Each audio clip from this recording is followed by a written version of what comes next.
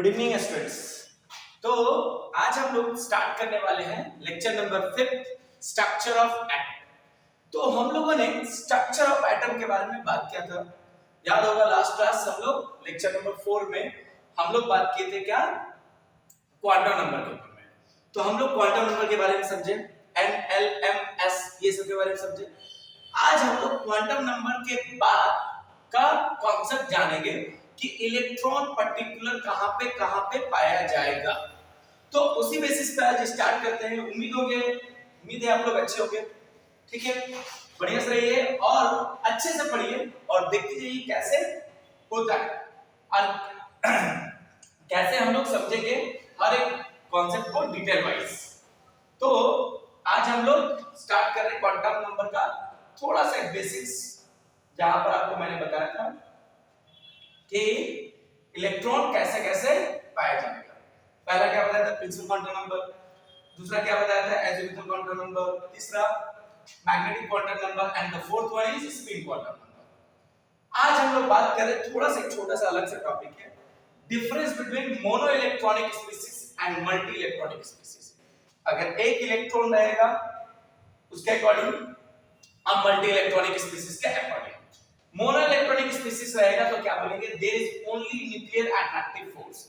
इसमें सिर्फ और सिर्फ क्या होता है, न्यूक्लियर अट्रैक्टिव फोर्स होता है। दूसरा, energy of all the orbital in same cell is same. Energy भी क्या होता है, ऑर्बिटल का सेम होता है। Energy only depend on principal quantum number. Important question है, एनर्जी किस पे डिपेंड करता है, प्रिंसिपल क्वांटम नंबर पे। वहीं पर मल्टी इलेक्ट्रॉनिक स्पीशीज पढ़ेंगे तो it is a nuclear attractive force as well as inter-electronic force। Remember, इसमें nuclear attractive force है, साथ ही साथ inter-electronic force है। दूसरा, energy of different orbital is different in same cell due to inner electronic repulsion। आगे, energy depend upon principal quantum number as well as azimuthal quantum number। इसी पे हम लोग आज बात करने वाले हैं मल्टी इलेक्ट्रॉनिक स्पीशीज का। ऊपर में याद रखिएगा, अभी देखिए पहला उसमें आता है अबाउ प्रिंसिपल। क्या आता है, अबाउ प्रिंसिपल। क्या बोलते हैं सुनिए, electrons are filled in orbital in increasing order of energy. Electron भरना है, लेकिन कैसे भरना है, इंक्रीजिंग ऑर्डर ऑफ एनर्जी।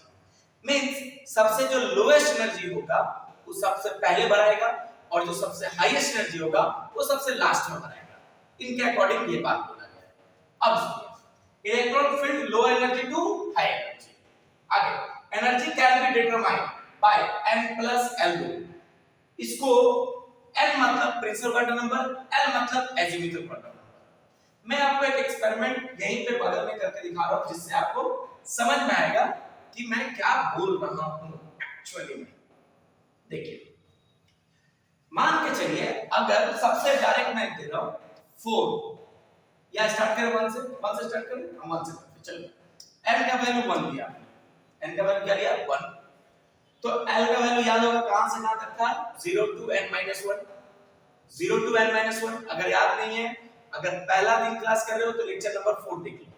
तो l का value 0 to n - 1, it means 0 आएगा। m का वैल्यू कहां से कहां तक, -n to +n, मतलब 0 से +0, 0 ही आएगा। ठीक है, एक तो यहां पर इसको मैंने क्या बोला था, 1s। ऐसी क्यों बोलते हैं, क्योंकि l का वैल्यू 0 रहेगा तो s होता है। ठीक है, अब 2 में आते हैं तो कहां से कहां आएगा, 0 और 1। 0 के लिए 2s और 1 के लिए 2p, याद होगा आपको। उसके बाद m का वैल्यू कितना हो जाएगा, 0 के लिए 0 और 1 के लिए -1, 0 और +1, याद है। एक नंबर है तो एक डब्बा बनता था, फिर एक नंबर एक डब्बा, फिर 3 नंबर है तो 3 डब्बा।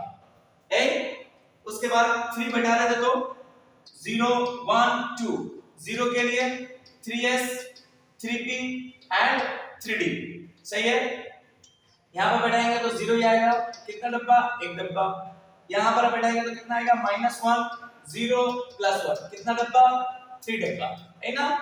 और उसके बाद 2 बैठाएंगे तो कितना जाएगा, 2 बैठाएंगे तो 5 डब्बा। ऐसे करके आपको मैंने बताया था। तो उसी के अकॉर्डिंग एक बात समझिए, अगर 1s रहेगा, अगर 2s रहेगा, अगर 2p रहेगा, 3s है, फिर 3p है, फिर 3d है, हम लोग कैसे याद रखें। तो उसके लिए एक साइंटिस्ट है, एक बंदा था जिनका नाम था सिमोन एरेट। क्या नाम था? Simon aerate. याद रखिएगा, साइमन एरेट। उन्होंने क्या बोला, देखिए उन्होंने क्या बोला, पहले 1s लिखे हैं। क्या लिखे? 1s लिखे, यहां पर दिख रहा होगा 1s, उस पे देखिए ये एरो है ना। उसी बात 2s पे arrow, 2p, 3s, 3p, 4s, 3d, 4p, 5s। तो इसको मैं आपको बढ़िया से डिटेल में इधर की तरफ समझाता हूं, समझिएगा। देखिए आपको समझाता है क्या है, ये भी आप पकड़ लीजिएगा। बहुत इजी है, अब बहुत सिंपल है। देखिए सबसे पहले मैं लिख रहा हूं 1s, फिर 2s, 2p। याद है 1 में आया था 1s, 2 में आया था 2s और 2p, और 3 में आएगा 3s, 3p, 3d। वैसे ही 4s, 4p, 4d, 4f। वैसे ही 5s, 5p, 5d और 5f। ऐसे करके चलेगा।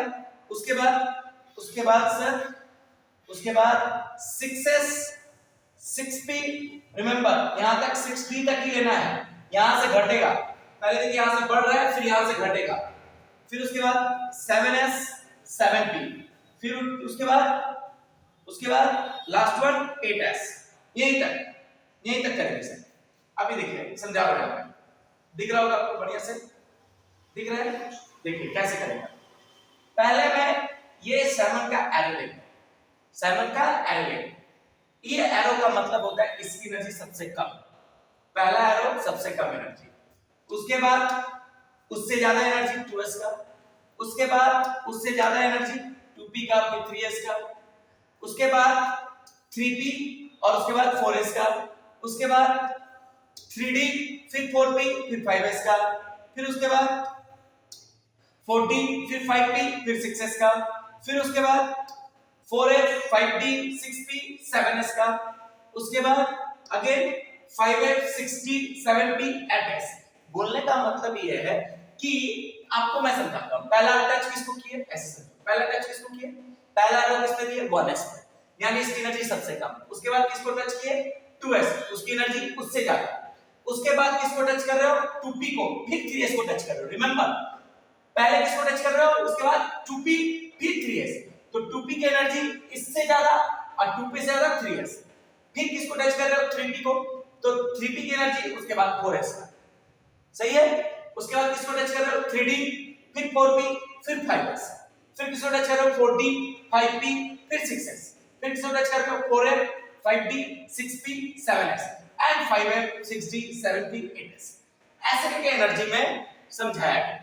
अच्छा, ये एनर्जी निकलता कैसे निकलता है? By n plus l rule. क्या sir? n plus l rule से। मैं आपको एक बात बताता हूं, s का वैल्यू कितना था? 0, p का वैल्यू कितना था? 1, 2 का d का वैल्यू कितना था? 2 और f का वैल्यू कितना था? 3। सही है? ये लिखा हो एजिमुथल क्वांटम नंबर यही था। अब सुनिए, मान लीजिए यहां पर अगर आपको सजाना है, मान लीजिए एक चीज पकड़ता हूं मैं पकड़ता हूं 2p को और 3s को पकड़ता हूं। समझिए 2p और 3s पकड़ता हूं, तो 2p पकड़े और 3s पकड़े। समझिए 2p पकड़े और 3s पकड़े तो मान लीजिए 2p का वैल्यू कितना सर? 1, तो दे दिया आपने 1। ठीक है, फिर यहां पर 3, s का वैल्यू कितना सर? 0, आपने दे दिया 0। तो कितना आ गया यहां पर? 3, यहां पे कितना आ गया? 3। तो देखो दोनों तो बराबर हो गया, दोनों तो इक्वल हो गया, दोनों इक्वल हो गया। जब n प्लस l इक्वल हो जाएगा दोनों के लिए, दो जन के लिए n प्लस l इक्वल हो जाएगा, तो रिमेंबर वन थिंग, जिसका n बड़ा उसका एनर्जी ज्यादा। अगर n प्लस l दोनों के लिए बराबर हो गया तो जिसका n ज्यादा उसका एनर्जी ज्यादा। तो यहां पर से आप किसी का भी एनर्जी आप निकाल सकते हैं। मान के चलिए एक और एग्जांपल देता हूं मैं, समझिए बढ़िया से। एक और एग्जांपल देता हूं 3d, 4p, 5s। 3d, 4p, 5s। समझिएगा 3d का वैल्यू 2, 4p का वैल्यू 1, 5s का वैल्यू 0। देखिए तो कितना आया? 5 कितना आया 5, कितना आया 5। अब तीनों का 5 है तो सबसे ज्यादा प्रिंसिपल क्वांटम नंबर किसका, इसका, मतलब n किसका बड़ा, इसका बड़ा, यानी सबसे ज्यादा इसकी एनर्जी। उसके बाद इससे छोटा n इसका है, इससे कम एनर्जी इसका, इससे छोटा ये है, उससे कम एनर्जी इसका। इसी तरीके को सीक्वेंस में सजा हुआ है। बात समझ गए? इसको बोलते हैं साइमन एरेट। क्या बोलते हैं? Simon aerate. ये एनर्जी किससे निकाला जाता है? By n plus l rule से। किससे निकाला जाता है? By n plus l rule से। अच्छा, तो इसको निकालना बहुत इजी है। 1 के लिए 1s आता है, 2 के लिए 2s 2p, 3 के लिए 3s 3p 3d, 4 के लिए 4s 4p 44f। सही है? ऐसा करे चलते जाएगा। कहां तक लेंगे? 4f। ये भी कहां लेंगे? 5f। ऐसे यहां से इंक्रीज, यहां से डिक्रीज। ठीक है, समझ गए? तो अबाउ प्रिंसिपल क्या बोलता है? अबाउ प्रिंसिपल बोलता है कि electron are filled in orbital in increasing order of energy. मतलब सबसे लोएस्ट एनर्जी किसका हो गया? इसका, उससे हाईएस्ट इसका, उससे ज्यादा 2p, उसके बाद 3s। समझ रहे हो ना? बेसिक समझा रहा। सबसे ज्यादा 1s का एनर्जी की, सबसे लोएस्ट एनर्जी, सबसे लोएस्ट एनर्जी किसका? 1s का।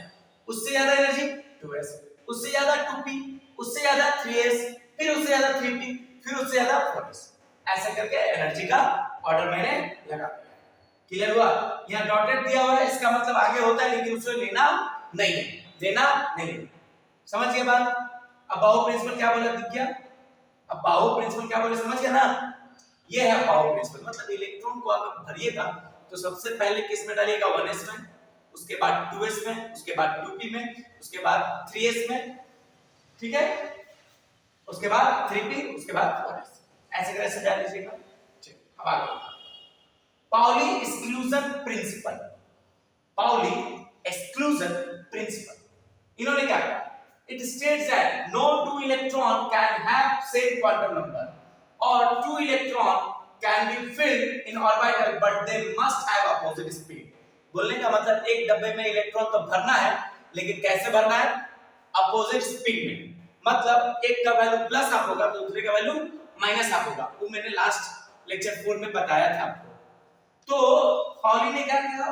पाउली ने ये कहा कि इलेक्ट्रॉन को तो भरेंगे, लेकिन कैसे भरेंगे एक डब्बा में? With opposite spin. कैसे भरेंगे इलेक्ट्रॉन को सर?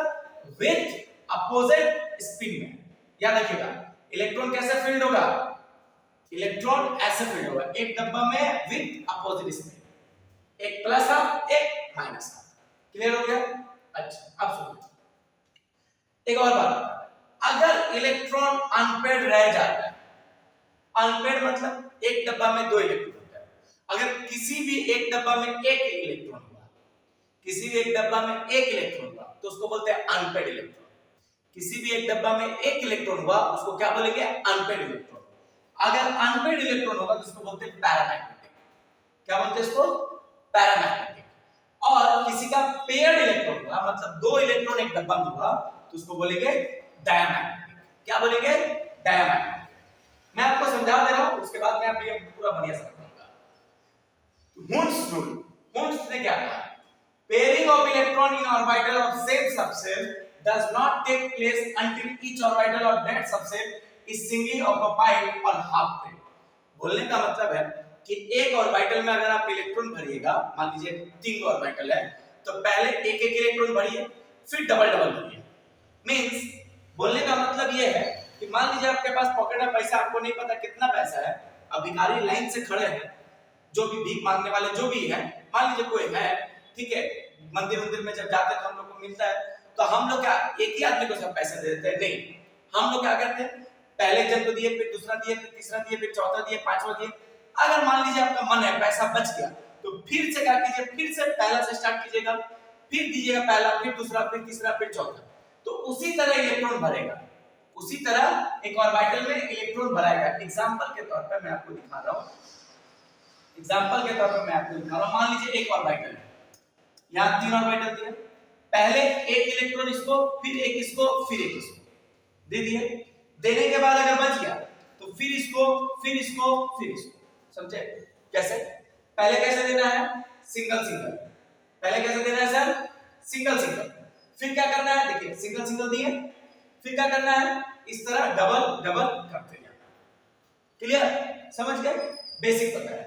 अच्छा, ये हो गया। अब मैं आपको सिखाने वाला हूं कि किसी का भी इलेक्ट्रॉनिक कॉन्फ़िगरेशन कैसे करते हैं, किसी का भी इलेक्ट्रॉनिक कॉन्फ़िगरेशन कैसे करते हैं। देखिए, अब मैं आपको सिखाऊंगा, यहां समझिए, n प्लस l समझिए। अच्छा, पहले को फिर से रिपीट कर देता हूं। अब बाहो प्रिंसिपल क्या बोले, एग्जाम में शॉर्ट क्वेश्चन नीट वगैरह में आता है, इसलिए मैं आपको बता रहा हूं। अब बाहो प्रिंसिपल क्या बोले, इलेक्ट्रॉन को भरेंगे, इलेक्ट्रॉन को भरेंगे, लेकिन कहां भरेंगे, सबसे पहले लोअर एनर्जी में, फिर हाई एनर्जी में, लोअर एनर्जी में फिर हाई एनर्जी में। उसके बाद पाउली क्या बोले, पाउली बोले आपका कि एक ऑर्बिटल में इलेक्ट्रॉन जाएगा तो अपोजिट स्पिन में जाएगा। कैसे आएगा इलेक्ट्रॉन, विद अपोजिट स्पिन में जाएगा। ठीक है, एक ऑर्बिटल में इलेक्ट्रॉन जाएगा तो कैसे जाएगा, अपोजिट स्पिन में। उसके बाद हुन्स क्या बोले, हुन्स बोले इलेक्ट्रॉन तो भरेंगे हम, इलेक्ट्रॉन तो भरेंगे हम, लेकिन कैसे भरेंगे, पहले सिंगल सिंगल भरेंगे फिर डबल डबल करेंगे। मतलब पहले सिंगल सिंगल सबको दे दें, फिर उसके बाद डबल डबल करते जाएंगे। क्लियर। अब बाहु क्या बोले, इलेक्ट्रॉन को भरना है लोअर एनर्जी से हाई एनर्जी। पाउली क्या बोले, इलेक्ट्रॉन को भरना है अपोजिट स्पिन में। हुन्स क्या बोले, इलेक्ट्रॉन को भरना है, पहले सिंगल सिंगल भरिए, पहले हाफ फिट कंप्लीट कीजिए, फिर उसके बाद फुल फिट कंप्लीट कीजिए। क्या होता है हाफ फिट, क्या होता है फुल फिट, सब बता रहा। अभी देखिए एक और बात। अच्छा, एक क्वेश्चन पूछ लूं क्या, चलिए एक क्वेश्चन दिया पूछ लेते हैं। एक क्वेश्चन देखिए, एक क्वेश्चन ये है, arrange the flowing orbital in decreasing order of effective nuclear charge. ठीक है, सुनिएगा ध्यान से। यहां पर दिया है 3s 3p 3d। क्या दिया है, 3s 3p 3d। Arrange the flowing orbital in decreasing order of effective nuclear charge. एक बात बता दूं, आप जितना न्यूक्लियस के क्लोज रहिएगा उतना आपका इफेक्टिव न्यूक्लियर चार्ज ज्यादा है। अब जितना न्यूक्लियस के क्लोज रहिएगा उतना आपका इफेक्टिव न्यूक्लियर चार्ज ज्यादा है, और जितना आप न्यूक्लियस के दूर जाइएगा उतना इफेक्टिव न्यूक्लियर चार्ज ज्यादा होगा। तो इसमें सबसे ज्यादा इफेक्टिव न्यूक्लियर चार्ज किसका ज्यादा होगा, 1s का। उसके बाद 2s और 2p में 2s का। उसके बाद 3s 3p 3d में 3s का। कैसे, कैसे देखिए बता रहा हूं। 3 + 0 3 + 1 3 + 2 बताइए कितना आएगा, 3 आया, 4 आया, 5 आया। सबसे कम नंबर किसका आया, n + l। सबसे कम n + l जिसका आया उसका इफेक्टिव न्यूक्लियर चार्ज सबसे ज्यादा होगा। Remember one thing question, effective nuclear charge किसका ज्यादा होगा, जिसका सबसे कम n + l आया होगा। तो n + l कम सबसे इसका आया, फिर इसका, तो इफेक्टिव न्यूक्लियर चार्ज सबसे ज्यादा किसका होगा, 3s का, उसके बाद 3p का, उसके बाद 3d का। क्लियर, जो न्यूक्लियस के सबसे क्लोज होगा उसका इफेक्टिव न्यूक्लियर चार्ज सबसे ज्यादा होगा। क्लियर हो गया, समझ के बाद। अच्छा, एक और क्वेश्चन है, एक और क्वेश्चन, ओके, एक और क्वेश्चन बोलता हूं।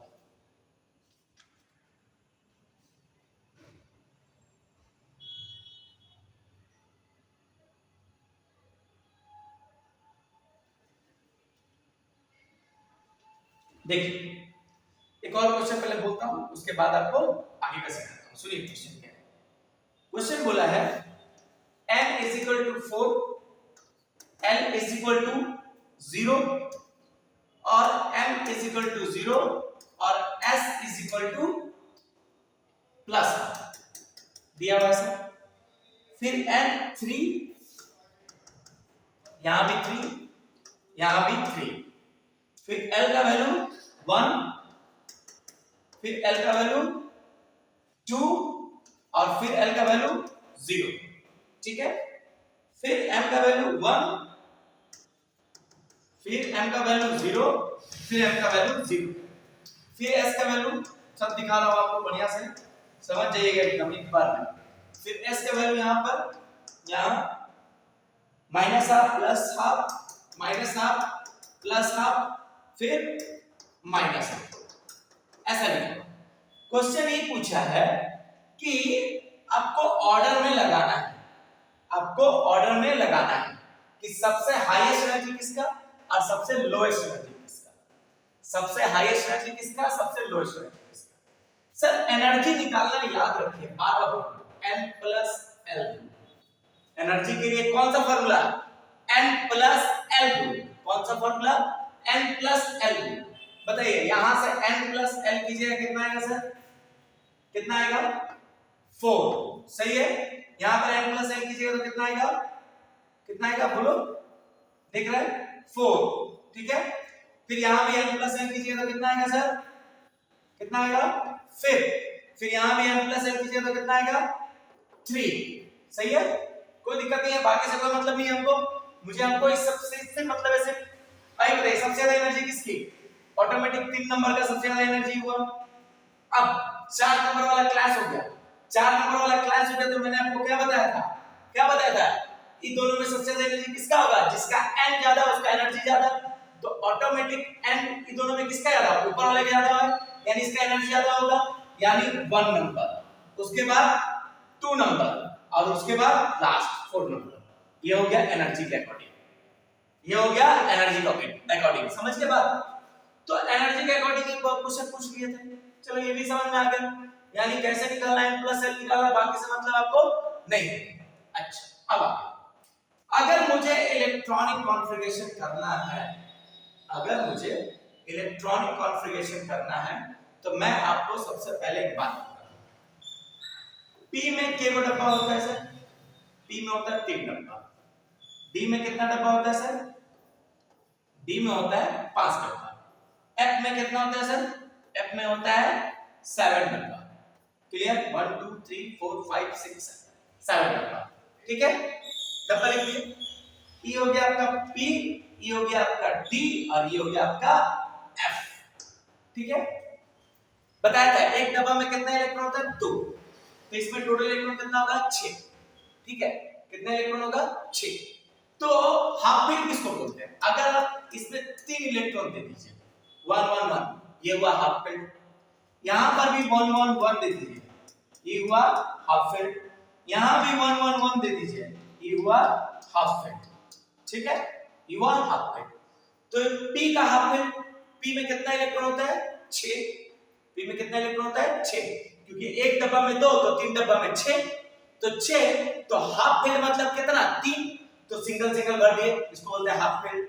D में होता है 10, क्योंकि 5 डब्बा मतलब 10 इलेक्ट्रॉन, सिंगल सिंगल भर दिए, ये भी हो गया हाफ फिल्ड। वैसे F में होता है 14, क्योंकि 7 डब्बा होता है, यानी इसको भी सिंगल सिंगल भर दिए तो हाफ फिल्ड। तो बेसिकली जो हाफ फिल्ड होता है ना वो स्टेबल होता है, जैसे फुल फील्ड स्टेबल होता है वैसे हाफ फील्ड भी स्टेबल होता है। तो हम लोग को कोशिश करना है क्या, आपको दिया हुआ भी है, हम लोग कोशिश करना है क्या, हमको हाफ फील्ड लेके जाना है, क्या लेके जाना है, हाफ फील्ड। तो मैं आपको अब एक दो क्वेश्चन कराता हूं कि इलेक्ट्रॉनिक कॉन्फ़िगरेशन कैसे करते हैं, उम्मीद होगा आपको पता ही होगा, लेकिन फिर भी मैं एक बार सिखाता हूं। देखिए सबसे पहले मैंने लिया मैग्नीशियम, कितना लिया सर, मैग्नीशियम कितना होता है 12। अच्छा एक शॉर्टकट भी बताना चाहता था, बता दूं, सुनिएगा, इसको याद रखिए, मैं कलर चेंज कर देता हूं, इससे आपको समझ में आएगा, कलर में बदल देता हूं, रुकिए, कलर ले लीजिए, ठीक है। इसको बोलते हैं हम लोग, टोपी को बोलते हैं नियॉन, दिख रहा है आपको, इसको बोलते हैं नियॉन, क्या बोलते हैं, नियॉन, याद रखिएगा, इसको क्या बोलते हैं, नियॉन, सही है, क्या बोलेंगे, नियॉन, इसको बोलते हैं हम लोग,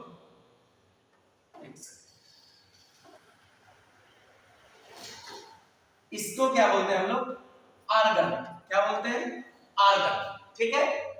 उसके बाद इसको हम लोग बोलते हैं क्रिप्टॉन, दिख रहा होगा, क्रिप्टॉन, और इसको हम लोग बोलते हैं जेनॉन, क्या, जेनॉन, और इसको हम लोग बोलते हैं रेडॉन, और इसे हम लोग बोलते हैं ओजी, ऑस्जिनियम, क्या बोलते हैं, ओजी, ऑस्जिनियम। अब एक बात सिखा रहा हूं आपको, एक बात सिखा रहा हूं आपको, याद रखिए, देखिए आपको दिख रहा होगा ना, थोड़ा सा दिख रहा होगा, देखिए नियॉन का बेसिकली हीलियम से स्टार्ट होता है, हीलियम का एटॉमिक नंबर 2, नियॉन का 10, आर्गन का 18, क्रिप्टॉन का 36, xenon का 54, रेडॉन का 86 और ऑक्सीनियम का 118। याद रहेगा 118। ठीक है, समझिए। कोई दिक्कत है? कोई दिक्कत है? ऐसा करने से कुछ फायदा होगा वो मैं बताऊंगा। हीलियम का 2, नियॉन का 10, आर्गन का 18, क्रिप्टॉन का 36, xenon का 54, रेडॉन का 86 और ऑक्सीनियम का 118। यहां पे याद रख लीजिएगा, यहां पे याद हो जाएगा। बढ़िया से लिख लीजिए, बढ़िया से लिख लीजिए, याद हो जाएगा आपका, कोई दिक्कत नहीं है। आप सुनिए, अब मैं यहां से मैग्नीशियम से स्टार्ट करूं। मैग्नीशियम का एटॉमिक नंबर कितना सर? 12। मैग्नीशियम का एटॉमिक नंबर कितना सर? 12। सबसे पहले मैं लेंथी तरीके से बताता हूं। पहले स्टार्ट कीजिए, किसको कीजिएगा? 1s। लिखिए 1s। s में कितना इलेक्ट्रॉन बोला था? 2, याद होगा। s में कितना इलेक्ट्रॉन? यहां लिख दे रहा हूं। s में 2, p में 6, d में 10, f में 14। याद रहेगा? याद रहेगा ना? देख लीजिए, s में 2, p में 6, d में 10, f में 14। तो मैं यहां पे क्या कर रहा हूं? मैं यहां पे एक काम कर रहा हूं कि पहले 1s लिखा। 1s में कितना इलेक्ट्रॉन सर? s में 2 रख दिए। उसके बाद स्टार्ट किए 2s। 2s में भी कितना? 2 दे दिए। उसके बाद स्टार्ट किए 2p। तो 2p में कितना सर? 6, p में 6। इलेक्ट्रॉन भी कितने हैं? कितना हो गया? 2 और 2 4 और 6 10 हो गया। उसके बाद आया s, तो 3s। 3s में कितना सर? कितना बचा? 2 बच गया। 2 ही ना बचा। 2 4 2 2 4 6 10 और 2 12। क्लियर? क्लियर, समझ रहे? चलिए अब नेक्स्ट दिखा रहा हूं। नेक्स्ट समझिए, मैं ले रहा हूं क्या? आपका क्लोरीन। कितना होता है इसका? 17। कितना होता है इसका? 17। अगर आप लोग का एटॉमिक नंबर निकालने नहीं आता है, मान लीजिए कोई एलिमेंट का, मान लीजिए मैंने बोला Md, मैंने बोल दिया रैंडमली Cm, ठीक है, इस सब का अगर एटॉमिक नंबर नहीं आता है, आप मुझे कमेंट कीजिएगा, मैं आपको एटॉमिक नंबर मात्र 2 सेकंड में करने बताऊंगा। जस्ट 2 सेकंड्स में करने बताऊंगा। और ऑलरेडी मैंने वीडियो बनाया है एटॉमिक नंबर फाइंड करने का, आप आराम से वीडियो को देख सकते हैं, जहां पर मैंने शॉर्टकट तरीका बताया कि एटॉमिक नंबर कैसे फाइंड किया जाता है। अभी फिर से स्टार्ट करता हूं। 1s कितना? 2। फिर स्टार्ट कीजिए, यहां पर लाइंस देखिए। 2s कितना? 2। फिर उसके बाद 2p कितना इलेक्ट्रॉन? 6। उसके बाद 3s कितना इलेक्ट्रॉन? 2। उसके बाद 3s के बाद कौन टच कर रहा है? 3p कितना इलेक्ट्रॉन? 6। पहले ओपिनियन तो कितना हुआ? 2 2 4 6 10 2 12 6 18 हो गया सही। मुझे तो 17 ही चाहिए था, ये तो 18 हो गया। तो इसका मतलब ये है कि 3p आपसे मतलब p मांग रहा है आपसे 6 इलेक्ट्रॉन, लेकिन आपके पास बचा कितना? अभी तक गिनिए यहां पे 2 2 4 6 10 2 12 12 हो गया है, और आपका 17 ही है, तो बच गया कितना इलेक्ट्रॉन? जस्ट 5 ना।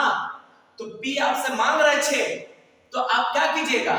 क्या कीजिएगा? 6 इलेक्ट्रॉन दीजिएगा, नहीं ना दे सकिएगा? क्यों नहीं दे पाइएगा? क्योंकि आपके पास 5 ही ना बचा, तो आप इसको 5 दीजिएगा।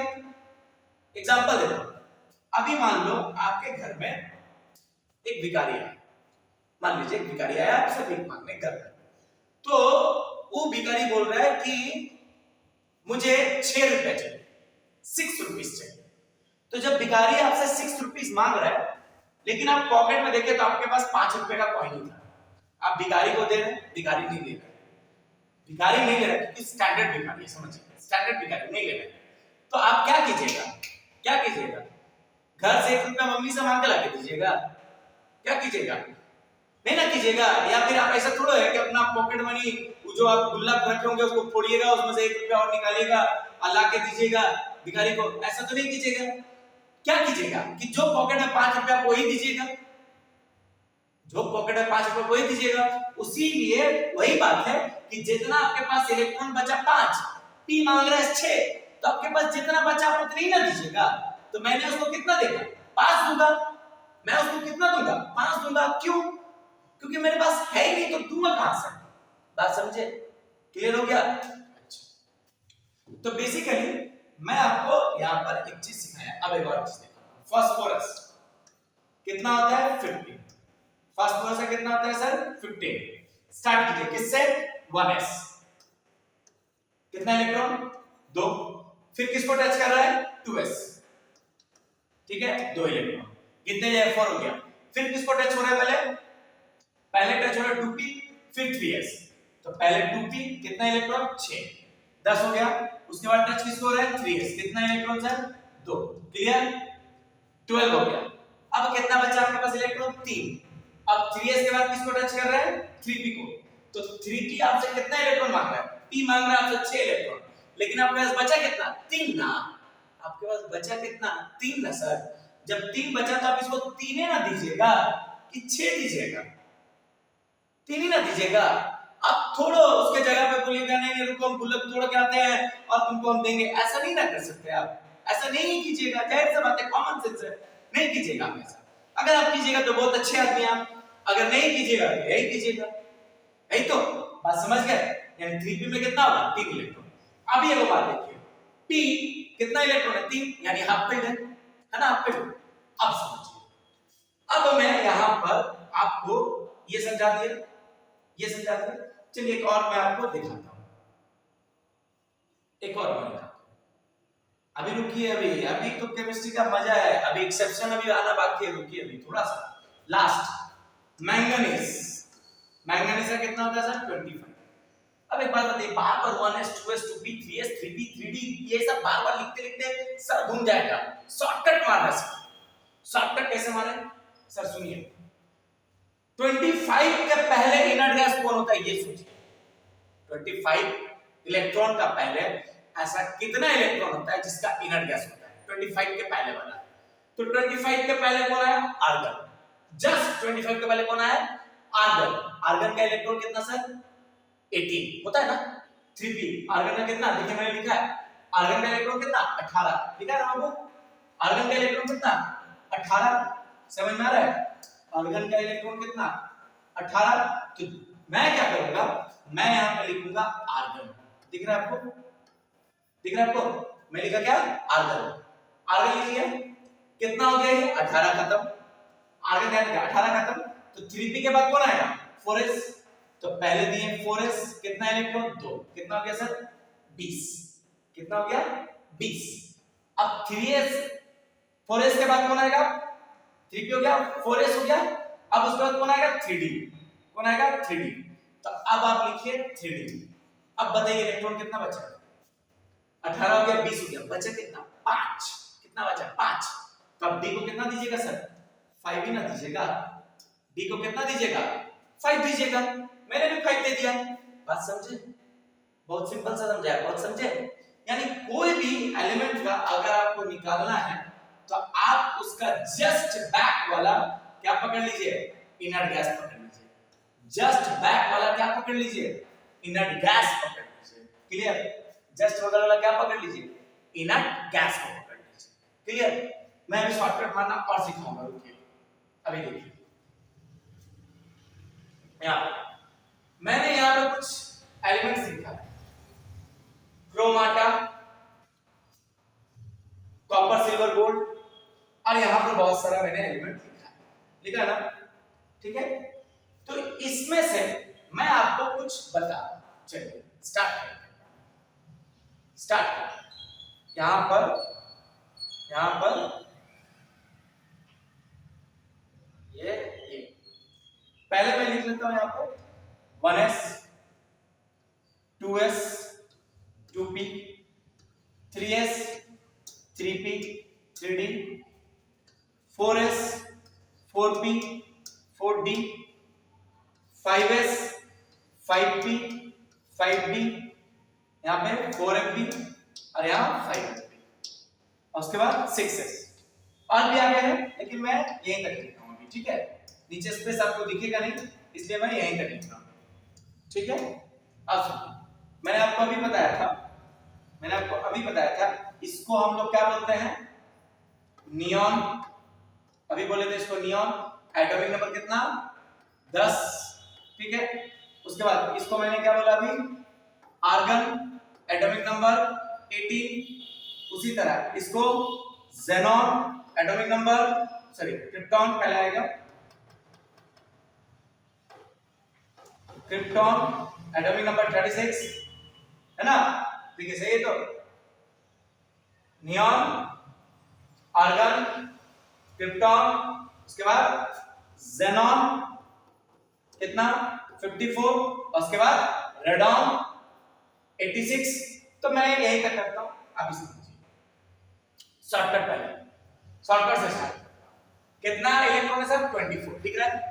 कितना इलेक्ट्रॉन है 24, दिख रहा है सर? बढ़िया देख लीजिए कितना इलेक्ट्रॉन है 24। मैं देख लेता हूं आपको दिख रहा है कि नहीं। आपको दिख रहा है? हाँ दिख रहा है, चलिए आपको दिख रहा है। तो कितना इलेक्ट्रॉन 24। अभी सुनिए, आपके पास है 24 इलेक्ट्रॉन। कितना इलेक्ट्रॉन है सर 24 इलेक्ट्रॉन, ठीक है। मैं स्टार्ट करता हूं फिलअप करना। 24 का जस्ट पहले बताइए इनर गैस कौन? 3p आर्गन ले लेते हैं। क्या ले लेते हैं? आर्गन। कितना हो गया 18 खत्म, 18 खत्म, खत्म 18। उसके बाद 4s, 4s, ठीक है।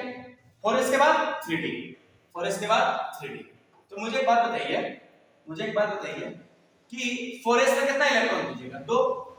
कितना हो गया 18 और 2 20, और बच गया कितना 4। तो d में कितना दीजिएगा 4।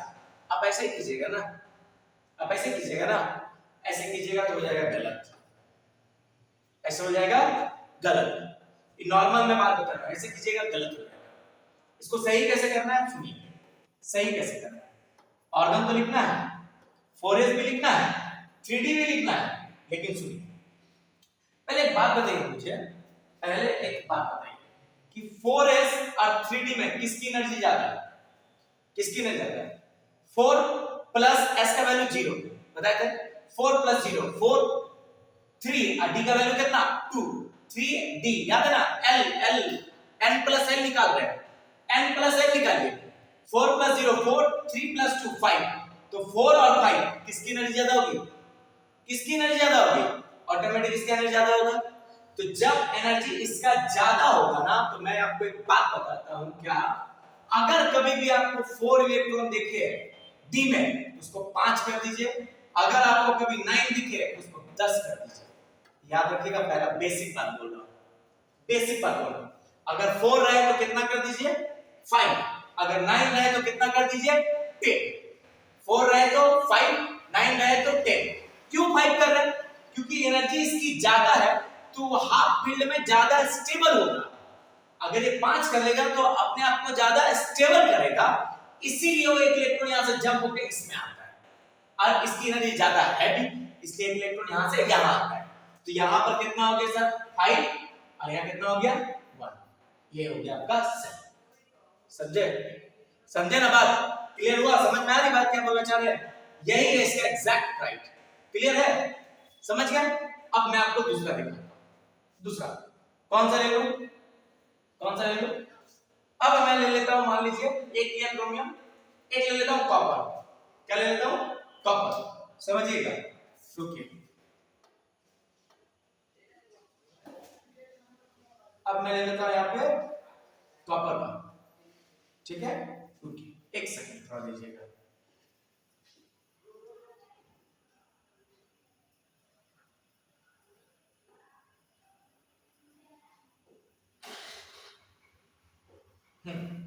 देखिए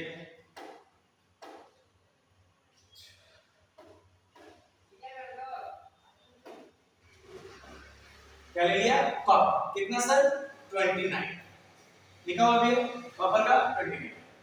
पहले फिर से किसको ले लूं? उसके पास का इनर्ट गैस कौन है? आर्गन। कितना हो गया 18 हो गया। ध्यान दे रहे हैं 18 हो गया। उसके बाद 4s लिखा 4s, उसके बाद 3d लिख दिया 3d। अब आप ही मुझे बताइए 4s में कितना इलेक्ट्रॉन बढ़ेगा 2। पहले 4s आया, पहले 2, 18 2 20। अब कितना बच गया 9 बच गया। तो अब इसमें 9 डालिएगा, 9 डालिएगा। जैसे डालेगा वैसे गलत हो जाएगा। क्यों गलत होगा? मैंने आपको अभी बताया 9 रहेगा तो कितना कर देना डी में 10 कर देना। 9 रहेगा कितना कर देना 10 कर देना। तो इसका मतलब ये है कि ऑर्गन यहां पर 4s 1 हो जाएगा और यहां पे 3d 10 हो जाएगा। क्लियर? यहां 3d 10 हो जाएगा। ऐसा इसलिए हो रहा है क्योंकि ये ज्यादा स्टेबल होगा, बी में ज्यादा स्टेबल होगा, हाफ फील्ड और फुल फील्ड में ज्यादा स्टेबिलिटी है, इसलिए इलेक्ट्रॉन यहां से जंप होकर यहां चला जाएगा। इसलिए यहां से इलेक्ट्रॉन जंप होकर यहां चला जाएगा। और ऐसे भी इसकी एनर्जी ज्यादा है, इसलिए इलेक्ट्रॉन जंप होगा ही होगा। क्लियर क्लियर, एनर्जी इसकी ज्यादा है इसलिए इलेक्ट्रॉन जंप होगा ही होगा। क्लियर हो गया? अब एक बात सुनिए, उसी से रिलेटेड यहां पर जैसे आप क्रोमियम का किए वैसे मोलिब्डेनम है, वैसे टंगस्टन है। मैंने सबका एटॉमिक नंबर लिख दिया कि आप भूलिएगा नहीं। उसी तरह यहां पर कॉपर है और सिल्वर है और गोल्ड है। तो आपसे एग्जाम में पता है, अभी एक क्वेश्चन बोल रहा हूं बहुत इंपॉर्टेंट है, इसमें से कौन ऐसा एलिमेंट है डी सीरीज का जिसकी वैलेंसी 2 होती है, मतलब 1 भी हो सकता है और 2 भी हो सकता है, जिसकी वैलेंसी 1 भी हो सकता है 2 भी हो सकता है। जस्ट एग्जांपल के तौर पे ये कौन, ये बंदा, ये कॉपर, इसकी वैलेंसी 1 भी हो सकती है 2 भी हो सकती है। कैसे कैसे मैं आउट ऑफ सिलेबस बता रहा हूं, पहले बात समझिए। ये एक्चुअली क्लास 12 का डी ब्लॉक का चैप्टर का है। तो देखिए यहां पर सबसे लोएस्ट एनर्जी इसकी है, ये 2 इलेक्ट्रॉन छोड़ के +2 वैलेंसी। यहां पे जब इसमें एक इलेक्ट्रॉन चला जाएगा तो एक यहां से अगर छोड़ेगा तो +1 वैलेंसी। मतलब कॉपर के पास ये टेंडेंसी है जो +2 भी दिखा सकता है और +1 भी दिखा सकता है। ये कॉपर के पास से क्वालिटी है जो +2 भी दिखा सकता है और +1 भी दिखा सकता है। और मैं बात बता दूं, कल का जो एग्जाम हुआ है, आज एग्जाम 15 जुलाई, आज का जो एग्जाम हुआ है उसमें ये क्वेश्चन पूछा भी गया है, उसमें ये पूछा भी गया है। ठीक है, क्लियर, समझ में आ गया बात? तो आपको बेसिकली ये याद रखना है कि इसका सबका क्या होगा कि 3d5 4s1 या फिर 45 5s1 या फिर 65 55 6s2 6s1। ठीक है, उसी तरह इसका भी। तो आप लोग ये दोनों का निकाल लोगे, दोनों का निकाल लोगे ना, मैंने एक को दोनों का कराया है, आप इसका निकाल लेना। अब एक बात सुनिए, इतना जब हो जाने के बाद ये जो एलिमेंट है, ये सब एलिमेंट आपका एक्सेप्शन है। मैं पूरा पीरियोडिक टेबल पढ़ो या जो भी पढ़ो आप, ये मैंने पूरा निकाल के यहाँ पर एक बार में लिख दिया है कि आप गलती नहीं कीजिएगा। याद रखिए जो आप पढ़ रहे हैं वो जरूरी नहीं कि वही हो, इसीलिए यहाँ पर मैंने कुछ एलिमेंट्स लिख दिया है जिसका जो एटॉमिक नंबर नेचुरल होना चाहिए इसके अकॉर्डिंग, बस इसके अकॉर्डिंग जो नेचुरली होना चाहिए वो नेचुरली होता नहीं है। बार बार बोल रहा हूं, वो नेचुरली होता नहीं है। ये सब देखिए तीन इधर 6 6 1 7 8 9 10 11 12 13 14 15, इधर 15 एलिमेंट 15। अब बाकी लेंथेनाइट और एक्टिनाइट में, लेंथेनाइट और एक्टिनाइट में भी वहां पे 6, मतलब टोटल 22-23 एलिमेंट ऐसा है, 22-23 एलिमेंट्स ऐसा है जिसकी इलेक्ट्रॉनिक कॉन्फ़िगरेशन जो जनरली होनी चाहिए वैसी है नहीं, जैसा इसका ऐसा नहीं। अभी देखो जनरल ऐसा होना चाहिए बट ऐसा नहीं होता, ऐसा होता है। तो उसी तरह मैं आपको बोला कि ये सब जितना एलिमेंट है और लैंथेनाइट और एक्टिनाइट वहां पर भी 8-10 गो है, तो इस सब का जो जनरल इलेक्ट्रॉनिक कॉन्फ़िगरेशन होता है वो जैसा आप सोच रहे हो वैसा नहीं होगा, बल्कि जैसा मैं आपको बोल रहा हूं इसमें भी एक्सेप्शन है, इसमें भी एक्सेप्शन है, मतलब इस सब में एक्सेप्शन है। एक्सेप्शन इन द सेंस कि आप सोच रहे हो कि ऐसे इलेक्ट्रॉनिक कॉन्फ़िगरेशन का आप पूरा इसको फॉलो कर रहे होगे, पता चला उसके अकॉर्डिंग है नहीं, उसके अकॉर्डिंग है नहीं, इसलिए मैंने पर्टिकुलर एलिमेंट लिख दिया विद एटॉमिक नंबर। आप आज ही घर में ये सब एलिमेंट लिखिए और उसका इलेक्ट्रॉनिक कॉन्फ़िगरेशन कीजिए, आपको समझ में आ जाएगा कि मैं जो बोल रहा हूं वो मैं सही बोल रहा हूं कि इस सब का इलेक्ट्रॉनिक कॉन्फ़िगरेशन उसके अकॉर्डिंग नहीं होगा, इसके अकॉर्डिंग बिल्कुल नहीं होगा। ठीक है, कुछ एक्सेप्शन है, उसका वजह है effective nuclear charge, shielding effect, screening effect, बहुत सारा नेचर है, फिजिकल केमिकल फिजिकल प्रॉपर्टीज है, जो बहुत सारा फिजिकल प्रॉपर्टीज की वजह से जो आप सोच रहे हैं इलेक्ट्रॉनिक कॉन्फ़िगरेशन वो बिल्कुल नहीं होगा ये सब का। तो मैं बता दूं एग्जाम में यही सबसे क्वेश्चन पूछता है सर, नॉर्मल जो होता है रियलिटी का ना उन्हीं पूछता है, जो नहीं होता है वही पूछेगा, जो नहीं होता है वही पूछेगा। तो आप आज ही घर में पहले ये सबको प्रैक्टिस कर लीजिए, ये सबको प्रैक्टिस कर लेने से आपका क्या होगा, कमांड हो जाएगा। अब बाकी जब लेंथेनाइट पीरियोडिक टेबल पढ़िएगा, लेंथेनाइट एक्टिनाइट जब पढ़ाऊंगा तब मैं आपको वहां पर बता दूंगा लेंथेनाइट एक्टिनाइट का, बात समझ गए? वहां पर लेंथेनाइट कॉन्ट्रैक्शन एक्टिनाइट कॉन्ट्रैक्शन की वजह से होता है वो मैं वहां पढ़ा दूंगा। बेसिक यहां समझ गए क्या बोलना चाह रहा हूं? समझ गए ना? तो इसमें कुछ डाउट है तो बताइए। अगर कोई भी एलिमेंट अब आज के बाद कोई भी एलिमेंट आपको बोले उसका इलेक्ट्रॉनिक कॉन्फ़िगरेशन कीजिए, आप आराम से कर लीजिएगा। क्यों? इस रूल से। और आप ये भी साथ में याद रखिएगा, रूल तो याद रखना है, साथ में आपको एक्सेप्शन भी याद रखना है कि ये सब एक्सेप्शन रहेगा तो ऐसा नहीं होता है जैसा हम सोच रहे हैं। तो एक बार इलेक्ट्रॉनिक कॉन्फ़िगरेशन कीजिए, अगर कुछ इसमें से नहीं आता आप मुझे कमेंट कीजिएगा, मैं आपको वहां पे बता दूंगा कि कैसे होगा। क्लियर? समझ गए? चलिए अब आगे बताते हैं। अब the region where the probability of finding an electron is minimum or nearly zero is called node। तीन तरह का चीज पढ़ते हैं हम लोग, एक नोड पढ़ते हैं, एक रेडियल नोड पढ़ते हैं, एक एंगुलर नोड पढ़ते हैं। नोड बताओ, the region where the probability of finding an electron is minimum, जहां पे इलेक्ट्रॉन सबसे कम मिलेगा, जहां पे इलेक्ट्रॉन सबसे कम मिलेगा 3D स्पेस में, जहां पे इलेक्ट्रॉन सबसे कम मिलेगा उसको हम लोग बोलेंगे नोड। क्या बोलेंगे? नोड। ठीक, अब आते हैं radial node. Spherical region where probability of finding electron is zero, एक ऐसा स्फेरिकल रीजन में जहां पर फाइंडिंग इलेक्ट्रॉन मतलब इलेक्ट्रॉन होगा ही नहीं, जीरो, इलेक्ट्रॉन होगा ही नहीं, जीरो, उसको हम लोग बोलेंगे radial node. Remember one thing, इसका फॉर्मूला याद रखिएगा, n-1 - l। क्या फॉर्मूला याद रखिएगा? n-l-1। फॉर्मूला क्या? n-l-1। उससे पूछता है what is the radial node of 3D। जैसे एग्जांपल मैं बोल दिया, मैं एग्जांपल देता हूं, आपको समझ में आ जाएगा। What is the radial node of 3D, ये क्वेश्चन है। 3D का रेडियल नोड क्या है? तो पहले लिखिए 3D का वैल्यू बताइए। एजुमेशन क्वांटम नंबर कितना? 2, फिर -1, क्या? -1, कितना आएगा आंसर? 0। कितना आएगा आंसर? 0। तो रेडियल नोड कितना आ जाएगा 3D का? 0। समझ गए? अब सुनिए angular node, plane where finding electron is 0, एक ऐसा प्लेन जहां पर फाइंडिंग इलेक्ट्रॉन क्या होगा? 0। जैसे आपको बोला 3D, मान लीजिए 3D, तो सिर्फ किसका वैल्यू बोलना है? L का वैल्यू बोलना है। तो D का वैल्यू कितना होता है? 2। तो आंसर कितना हो जाएगा? जस्ट 2। जस्ट 2। समझ गए? जस्ट 2। कोई दिक्कत? कोई दिक्कत? यहां पर मैंने कुछ क्वेश्चन लिखा था, उसका ये आंसर। क्लियर? समझ में आ गया बात? तो at the end chapter complete हो गया। अब मैं एक दो अगर आपसे क्वेश्चन और पूछूं, मान के चलिए, देखिए क्वेश्चन दिया हुआ है, क्वेश्चन दिखा, देखिए क्वेश्चन दिया हुआ है कि electronic configuration of both Na+ and Mg2+, अगर Na+ और Mg2+ का इलेक्ट्रॉनिक कॉन्फ़िगरेशन कीजिएगा तो दोनों का ऑलमोस्ट सेम आएगा, ऑलमोस्ट दोनों सेम आएगा। क्यों आएगा सर? दोनों का कितना इलेक्ट्रॉन होगा? 10। क्यों होगा? क्यों होगा 10 इलेक्ट्रॉन? क्योंकि Na का इलेक्ट्रॉनिक, Na में एटॉमिक नंबर कितना होता है? 11 होता है। 1 प्लस मतलब कितना इलेक्ट्रॉन? 10। इसका होता है 12, तो यानी 12 है, 2 प्लस मतलब 10 इलेक्ट्रॉन, यानी दोनों में 10 इलेक्ट्रॉन है। अब सुनिए, in which of these the effective nuclear charge of 2p electron will be greater? पहले मैं इलेक्ट्रॉनिक कॉन्फ़िगरेशन कर दूं, 1s2 2s2 2p6, इसका भी 1s2 2s2 2p6।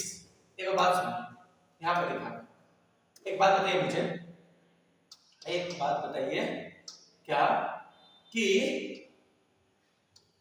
देखिएगा, मैं बोल रहा हूं कि क्वेश्चन क्या है कि in which of these ion the effective nuclear charge of 2p electron will be greater. इसका इफेक्टिव न्यूक्लियर चार्ज, इसका इफेक्टिव न्यूक्लियर चार्ज, किसका इफेक्टिव न्यूक्लियर चार्ज ज्यादा होगा? यही ना बोला है, ठीक है? किसका इफेक्टिव न्यूक्लियर चार्ज ज्यादा होगा? एक बात बता रहे हैं, ये दोनों में सबसे ज्यादा इलेक्ट्रॉन जिसके पास होगा उसका इफेक्टिव न्यूक्लियर चार्ज ज्यादा होगा। किसके पास इलेक्ट्रॉन ज्यादा होता है? Mg के पास। जितना चार्ज ज्यादा उतना इफेक्टिव न्यूक्लियर चार्ज ज्यादा, यानी Mg2+ का इफेक्टिव न्यूक्लियर चार्ज सबसे ज्यादा होगा। Mg2+ का इफेक्टिव न्यूक्लियर चार्ज सबसे ज्यादा होगा, ठीक है? एक और क्वेश्चन दिखाता हूं, याद रखिएगा इफेक्टिव न्यूक्लियर चार्ज किससे ज्यादा? याद रखिएगा Mg2+ का। एक और क्वेश्चन बोला है, क्या? Give the atomic number, question क्या बोला है? Give the atomic number of 3d5। देखिए कितना अच्छा क्वेश्चन बोला है। Give the atomic number of 3d5।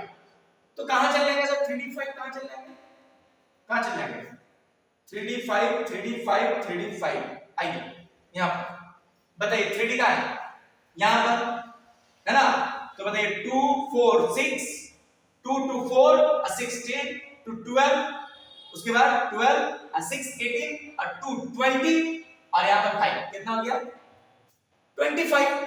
तो कितना आंसर हो जाएगा 25, याद रहेगा कितना आंसर हो जाएगा 25। तो आपसे जो पूछा कि इसका एटॉमिक नंबर कितना होगा तो भी निकाल लीजिएगा 25। क्लियर हो गया, छोटा छोटा क्वेश्चन है बस आप पूछ लीजिए। अच्छा खैर अब मैं आपको बताना चाह रहा हूं कि चैप्टर पूरा खत्म हो गया। अगर आपको कोई टॉपिक समझ में नहीं आया, कुछ ऐसा चीजें जो डाउट है, कुछ ऐसा चीजें जो आपको समझने का जरूरत है इस चैप्टर से रिलेटेड, आप मुझे बेझिझक कमेंट कर सकते हैं कि ये टॉपिक समझ में नहीं आया, आप मुझे प्लीज बता दीजिए। तो मैं आपको वो टॉपिक से रिलेटेड अगर जो होगा जो आप पूछेगा वो मैं बता दूंगा। लेकिन जो आज मैंने सिखाया उसको जाके सबसे पहले कीजिए, उसको सबसे पहले कीजिए और जितना हो सके मोबाइल से दूर रहिए। ठीक है, मोबाइल से दूर रहने का मतलब रील्स वगैरह से पढ़िए, पढ़ने का मन नहीं अति नहीं है, ऐसा नहीं है, रुका क्या नहीं है, बस मोबाइल का रील से दूर रहिए। और एक बात, हम लोग जो भी टीचर जो भी इंडिया में जो भी टीचर पढ़ा रहे हैं, remember one thing, notes follow कीजिए बट बुक्स भी फॉलो कीजिए। विदाउट बुक्स नहीं कुछ होगा। बुक्स एक क्या होता है, एक समुंदर है, समझिए एक महासागर है बुक्स। बुक्स क्या एक महासागर है। और जो हम लोग ऐसे टीचर्स जो भी और भी मेरे से बहुत सारे सीनियर टीचर्स बहुत सारे ऐसे हैं जो मेरे से बहुत ज्यादा ज्ञान में होंगे, जो भी होंगे, ठीक है, वो आपको क्या डिलीवर करेंगे, वो सब वही डिलीवर करेंगे जो उनको टॉपिक के रिलेटेड जो आ रहा है वो डिलीवर करेंगे।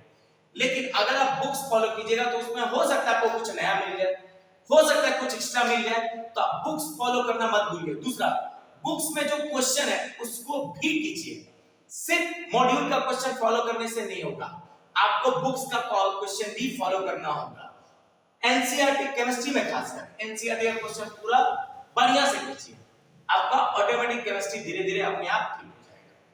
तो हम यही उम्मीद है कि आप बढ़िया से पढ़ेंगे, बुक्स को फॉलो करेंगे।